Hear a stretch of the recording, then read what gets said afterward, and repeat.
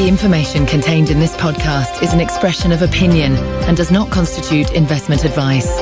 This is the Gold Money podcast with Dominic Frisby, keeping you up to date with expert opinion on precious metals and the markets.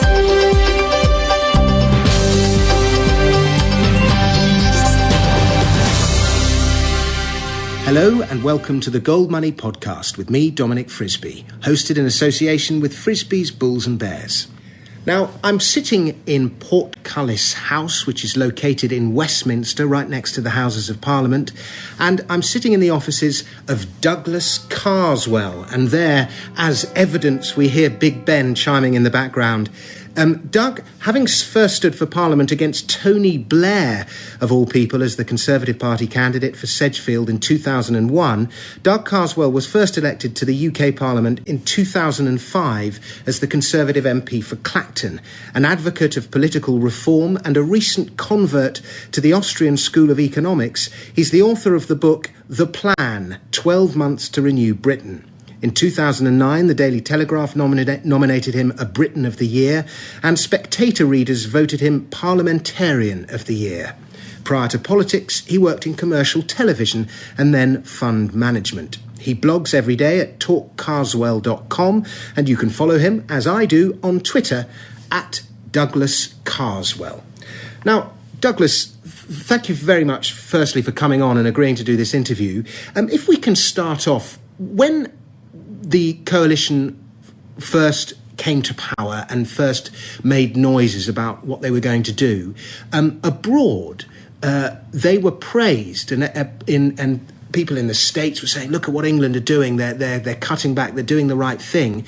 And yet many of those promises haven't really been realised. So let's start on a positive note. What do you think the coalition has got right? And then we can discuss perhaps what you think they've got wrong. I think I was an early supporter of the idea of the coalition. I was an early advocate of a coalition.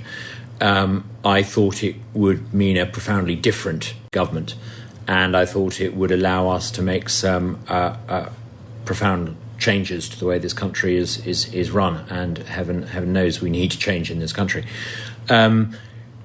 I think there are some things that are very positive. For example, the police reforms. People in this country are now able to control their police chiefs, something that we've not been able to do previously. On education, there is a lot of positive reform being done by Michael Gove. But when it comes to economic issues, what has changed? We were critical of Gordon Brown's stewardship of the economy, and yet under the coalition we have a policy of continuity Brown. All the key macroeconomic settings have remained unchanged. We have gone from a Labour administration to a Conservative-led coalition administration, but the Treasury policy has remained unchanged. And, if you run the economy the way Gordon Brown did, you end up in the same mess that he did. Well, your most recent blog post was a top 10 of coalition economic contractions. Contradictions. Sorry, a little slip there, but I suppose a legitimate one under the circumstances. Why don't we talk about some of those contradictions, because you raised some very interesting points. Mm-hmm. The first one is the belief that low interest rates will increase the supply of credit. Well, the reason why I wrote this blog is because the Chancellor hit out at his critics, who he said were being contradictory in their criticisms. With respect, I've been really quite critical of the way that the Treasury team is running things, and I think actually my objections are fairly coherent. I think it is the government's continuity Brown approach that is riddled with contradictions. And any free market economist ought to understand that if you lower the price of something artificially, you reduce the incentive of providers to provide it. It's no different with credit. If you reduce the price of credit, interest rates, and if you artificially depress them, there is very little incentive for people to provide credit, and there's very little incentive to save.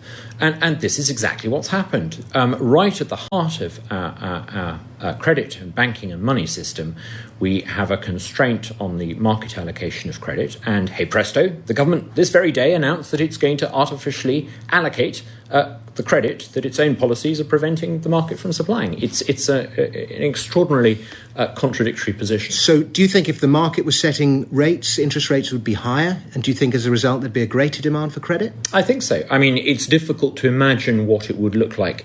We're so used to, since 1971, having central banks and corporate banks controlling the supply of credit. It's difficult to know what it would look like. But if we look at other markets where we've got rid of government constraints, when you remove price controls, generally speaking, you get a price that suits what's needed in order to satisfy demand. That's not happening at the moment. Let's skip to number 4 because it's a good one. Rebalancing an economy built on excessive consumption by encouraging more consumption. Isn't it extraordinary how Keynes said, when the facts change, I change my mind. But the contemporary adherents to the Keynesian orthodoxy seem incapable of doing so and taking his advice. And, we are trying to stimulate consumption in order to stimulate growth. And yet one of the reasons why the West is in this mess, and by the way, let's not talk about a global economic crisis or a global financial crisis, it's a Western problem. Why is the West in this mess? The West is in this mess because we have overconsumed. We have run a credit and monetary policy that has stimulated overconsumption. And you're not going to solve that problem by, let's just solve this question. Since 1971, why in this country and throughout the West have we been so good at building shopping malls but less good at building factories? Perhaps it's to do with the credit policies that stimulate overconsumption. And how is overconsumption going to fix this problem? It's not. Okay, let's. I couldn't agree more. So I have no comment. I'll just move on to the next one.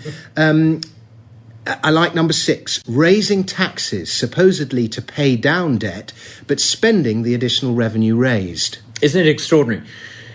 This government came in saying, they were going to be very sensible and they were going to be prudent and they were going to try and balance the books. And in order to do this, they were, at some future date, they were going to cut spending, but in the short term they were going to raise taxes. And anyone who objected was told quite categorically that it was irresponsible. They needed to raise this extra revenue, raise the tax thresholds in order to close the deficit. Well, they very successfully raised taxes, but they seem to have spent the additional revenue on excessive increased spending. I think there is something about the Western government model that makes the government unable to help itself. It simply cannot actually pay down debt, and any extra revenue it gets, it blows. And if it wasn't so serious, it would be comically funny. It's a sort of Laurel and Hardy economics. What do you think is going to happen? I think your understanding of the economic problems that we face is in tandem with what most of our listeners think. We're worried about unsound monetary policies, excess debt, malinvestment. But there's only so much a politician can do. We're going to address what you're going to do or what you've already proposed in a moment. But, I mean, what do you actually think is going to happen? How long can this misallocation carry on for? What is in store? I think we're entering the last days of the post-Bretton Woods system. Now, let's not be too empirical and rational about this. Just because something doesn't work, it doesn't stop people from doubling up on their errors. Just because a system of running the economy is catastrophic, it doesn't mean that people don't carry on making things worse.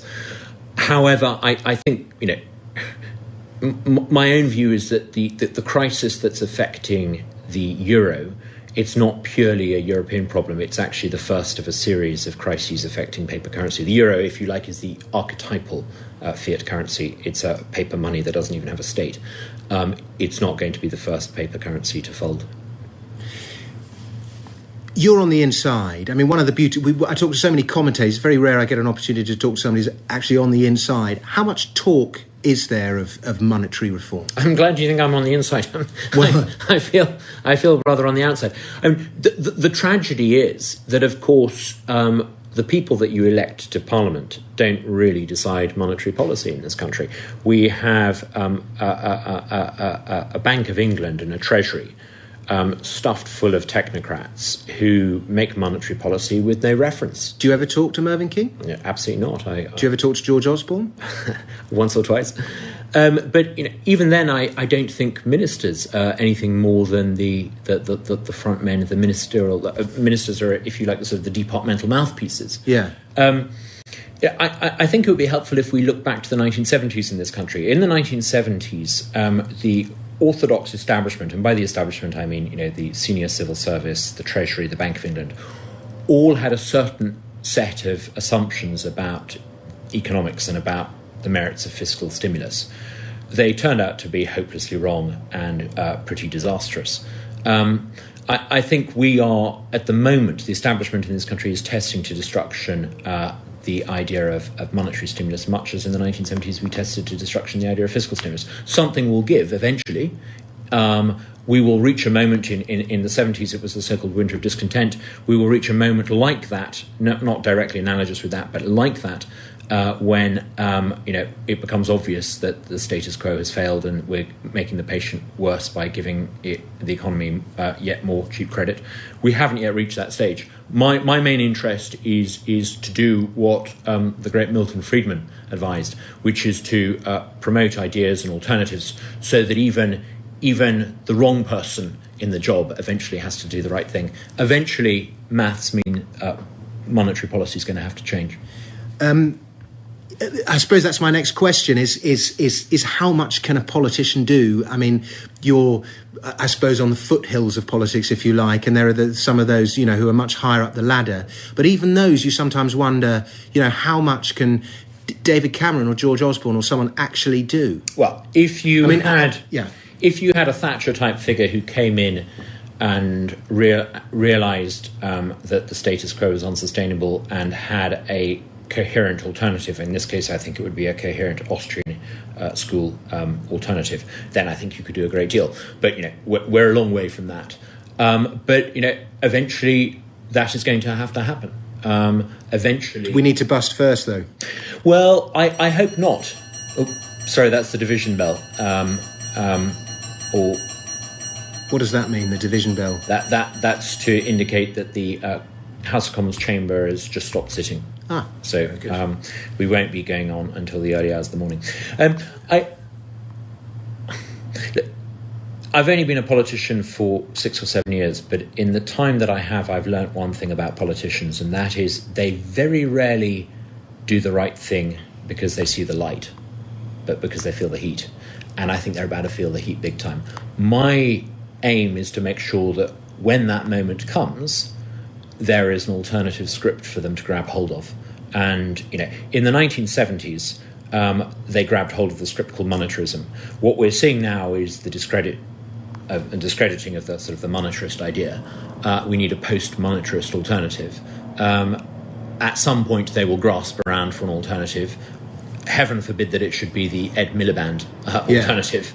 But I hope they will grab hold of an Austrian alternative. So do I. And I've got a million and one questions I want to ask you. I suppose the first one is there's a great debate going on. Is the private sector the answer to all this, or is the government the answer to all this? And at the end of the day, I think both of us would agree that the private sector is. But I don't think, if I listen to, radio phone-ins and things like that, it doesn't seem that the public think that the government is the public think the government is the answer to a great deal of this. I disagree. I think there are some profound changes in the popular zeitgeist. Yeah. Let me put it like this. The internet and the digital revolution are changing many cultural assumptions about... We're just going to close that. There's all sorts of interesting sound effects going on in here. That was a plane, hopefully not a bomber, flying over. The internet is changing a lot of assumptions about the role of government. I think it's it's shifting the centre of political gravity quite profoundly in this country. I think that in an internet-based democracy, people are going to be much less deferential to government and to officialdom. And I think people are much less trusting of people in positions of authority. We're beginning to see that. Ultimately, if you believe in arranging economic affairs and human social affairs according to grand designs, I think your days are numbered.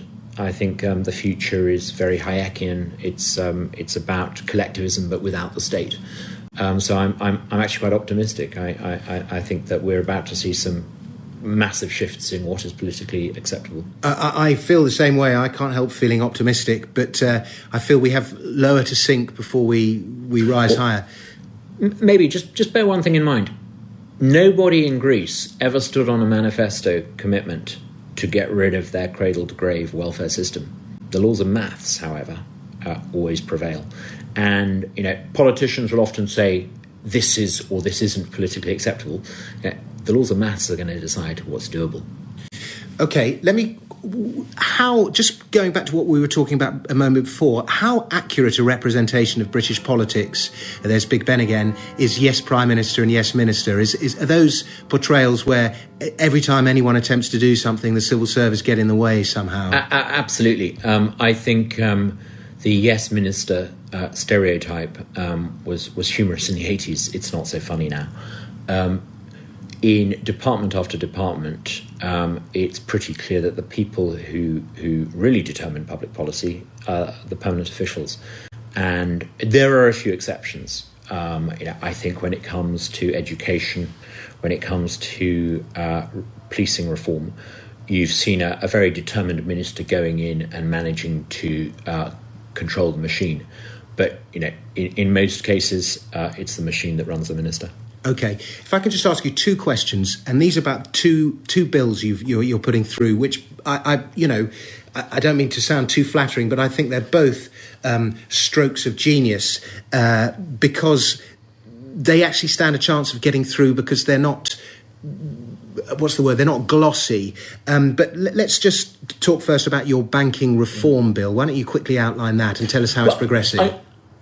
Let me explain why these two bills came about in the first place. I thought very long and hard about it, given the what I see as the post-1971 mess that we're in, given what I think is the failure of a sort of 40-year system of paper money and the failure of a system of banking and credit. I've been very strongly influenced by Professor Huerta de Soto and some of his work.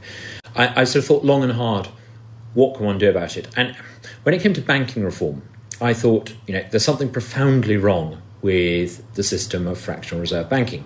But then I thought, hang on a second, I'm guilty of this fatal conceit. I'm supposing that I can design a better system and I can invent a banking architecture that's even better than what the experts can decide. And I thought, this is nonsense. Actually, surely a Hayekian ought to understand that the way to reform the banking system is to allow organic innovation and evolution.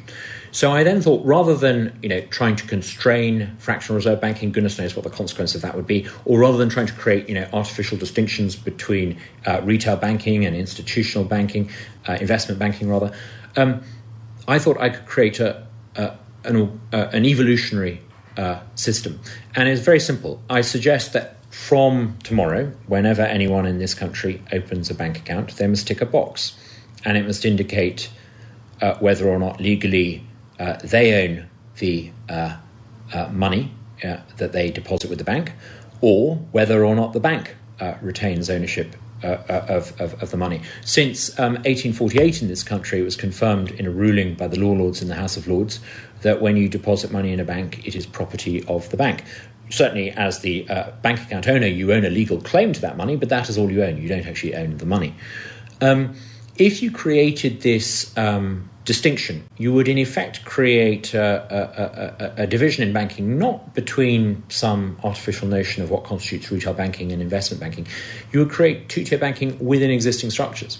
Now, you would, first of all, organically settle the question of what capital reserve ratios should be. If you were a trusted bank, more people would tick the box that said that the bank could own the money. In other words, if you're a good bank, you could carry on doing fractional reserve banking. If you brought in this system, I think it would also allow the state to say very clearly that it's not going to carry on these deposit guarantee schemes that have distorted the relationship between risk and reward.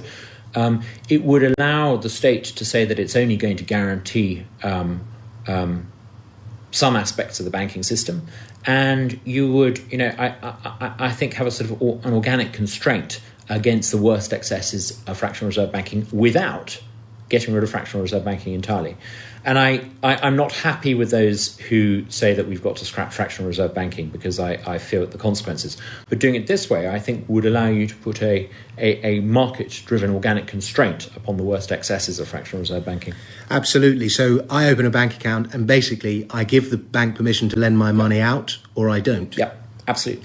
And presumably you would pay two different rates. Sure. I mean, I suspect most people would wise up to the fact that under the current arrangements in Britain, there's no such thing as free banking, and you have to pay for a service. But, at the moment, it makes no sense, because since 1979, or was it 78, we've had a deposit guarantee scheme. That basically means that, if you deposit £20,000-30,000, it's actually irrational for you to get any interest on it at all, because there's no risk of you losing it. It would restore a bit of sanity to the banking system. Yeah, risk of loss is very important, is as important as potential gain, potential loss. How far have you got with the bill? How much? I mean, I imagine the bill's dead. I mean, the bill's dead, and I used the same vehicle for both things to promote it, to bring it before the House. You're familiar, I hope, with the concept of ideas as memes, as things with a sort of self-replicating life of their own. My main interest was to get the meme out there, and the fact that 2 years afterwards, or 18 months after the bill was proposed, to my delight and surprise, more than 12,000 people have looked at it on YouTube, and we're sitting here talking about it. Yeah. The meme is spreading, and I think eventually someone will. Will you reintroduce the bill at some point? I very much hope to. I hope a government does, preferably before the crash rather than after it. Okay. But the Vickers reforms are totally inadequate. The unintended consequences of the Vickers reforms are going to be, I think, really difficult to deal with. No one's really understood what we need to do to reform the banking system. No one's really come up with a coherent idea. I hope eventually that these reforms will be the way forward. Can we very quickly discuss your other bill for the currency competition bill? Is that dead in the water as well? It is. But the meme is spreading. The meme is spreading. It's sort of dead, but I suspect so long as we've got fiat currency, the idea of competing currency is going to have many more than nine lives. And I'm not the first person to suggest competing currencies, but I think the internet's a game changer here. The problem with competing currencies in the past was always, were you really going to walk around with all sorts of different money? In a digital age, people can pay for things. I was today on the internet buying some Peppa Pig DVDs for my 3-year-old daughter, I hasten to add, who and I think I paid for it in dollars. I think I logged onto the American site. My bank can deal with that at tiny cost. The digital revolution basically means that we can shop around for money, and I think it's going to profoundly change our idea of what constitutes money and what constitutes a means of exchange and a store of wealth. And once the full implications of that are understood, weirdly they're actually being understood in countries like Kenya and Uganda with the M-Pesa system and mobile payments. But once the implications of being able to pay for things without big banks attached are understood in this country, I think the door will open to currency competition. At the moment, everyone living on this island is, in effect, unable to escape from the George Osborne pound. In America, they're unable to escape from the tyranny of the Barack Obama dollar. Once you've got competing currencies, if you want to store your wealth in a currency that's well managed and not debauched to pay for big government, you'll be able to do so. Very good. All right. Well, Doug, I mean, is it frustrating knowing that some of your ideas will never, just being a promoter of ideas rather than actual realizer of ideas? Does that kind of get you down at all? Or? Not at all. I think politics is a little bit like making films. You can either try to be the actor, the big name on the silver screen, or you can try to write the script. I'm in politics because I want to try and write a script that'll make a blockbuster. I let other people with film star matinee idol looks speak the words I put in their mouth. You write some pretty stern things on your blog. Did the powers that be get cross with you? Not at all. Not at all. I mean, before I got into the House of Commons, I worked in the policy unit and I reported to David Cameron. I did a lot of work in the run-up to the 2005 manifesto. I never personalise my criticisms, and I'm saying what I believe because I believe it. And I'm not doing it to cause trouble because I wish anyone ill. Yeah. I want them to do the right thing. And I think I also try and be nice to people. And I think if you're try and be nice to people and you are honest in your criticisms, it's very difficult for them to be anything other than it's difficult for them to get cross. In government, we have you, we have Steve Baker. That's 2 out of how many MPs? 650. 650. Anyone else coming around to your way of thinking? There are some. I've been in situations before when I'm trying to promote an idea that was seen as incredibly outre and outrageous. 10 years ago, almost to the day, I published a pamphlet suggesting that we should have directly elected police chiefs in this country. The legislation took effect 2 months ago, and the elections are being held in November. When I first proposed that idea, everyone said, you're utterly mad. Stage 2, they said, it's a good idea, but it wouldn't work anyway. Stage 3, they tell you it was their idea all along. When it comes to economic reform, we're at stage 1. Everyone's saying, this stuff's completely mad. It's not going to be long before they say it was their idea all along. And as Ronald Reagan once said, if you're willing to let other people take the credit, you can do a lot of good in politics. I'm more than happy for a future chancellor to introduce a proper Austrian approach to the economy. If it means that my child will not spend their life paying off vast government debts, I'll be more than happy. Well, who knows? Maybe that chancellor will be you. I doubt it, I'm afraid. How many followers do you have on Twitter? I've just short of 10,000. I mean, that's pretty good. And how many politicians are on Twitter actively? I mean, I know she's not a politician anymore. Louise Mensch was. Yeah, Louise Mensch. Louise was phenomenal. She had about I think 60,000. But if you can get a gig on Newsnight, presumably your following will. Well, if I can get Rupert Murdoch to appear in front of me in a select committee and have someone throw a custard pie at him, I might really get that. But no, on a serious note, I mean, I don't want to bring you down, but you've got 10,000 followers, which is pretty good. Mm-hmm. But somebody, another not particularly good comedian might have 2 million. Yeah. And so that's the kind of. Well, I wouldn't be too down. I mean, the thing I'm most proud of is not. I've got 750, so you're doing better than me. But the thing I'm most proud of is my blog site, which is talkcarswell.com. Yeah. And last month I had about 27,000 unique readers on there. Yeah.